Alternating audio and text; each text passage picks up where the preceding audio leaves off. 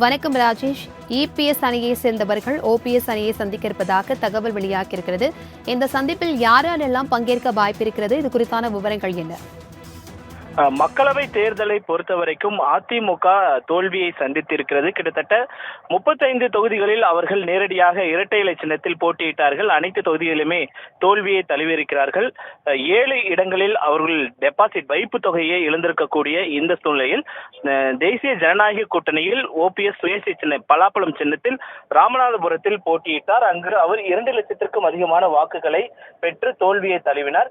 இந்த நிலையில் அதிமுக அனைவரும் ஒன்றிணைவது குறித்து தற்பொழுது சென்னை முழுவதுமே ஒரு போஸ்டர் ஒட்டப்பட்டிருக்கிறது. அதில் அதிமுக அனைவரும் ஒன்றிணைந்து செயல்பட வேண்டும், அது ஒற்றுமைக்கான வழி, இதுவே நேரம். 2026 தேர்தல் சட்டமன்ற தேர்தலை நாம் ஆட்சியை பிடிக்க வேண்டும் என்றால் நிச்சயமாக அனைவரும் ஒன்றிணைந்து அந்த தேர்தலை சந்திக்க வேண்டும், அதற்கான முன்முயற்சியை எடுக்க வேண்டும் என்று அந்த போஸ்டரில் குறிப்பிடப்பட்டிருக்கிறது.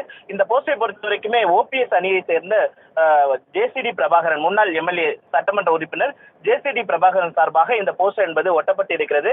நாளைய தினத்தில் நாளை மாலை தனியார் ஹோட்டலில் ஓபிஎஸ் அணியை சேர்ந்த வைத்தியலிங்கம், புகழேந்தி, ஜேசிடி பிரபாகரன், பண்ருட்டி ராமச்சந்திரன் உள்ளிட்டோர் ஆலோசனையில் ஈடுபட போவதாகவும், இந்த ஆலோசனையில் ஒன்றிணைவது குறித்து அதே நேரத்தில் எடப்பாடி அணியை சேர்ந்த முன்னாள் அமைச்சர்கள் வேலுமணி, தங்கமணி, செங்கோட்டையன் உள்ளிட்ட முன்னாள் அமைச்சர்களை சந்தித்து இந்த ஒன்றிணைவு தகவல் வெளியாகி இருக்கிறது.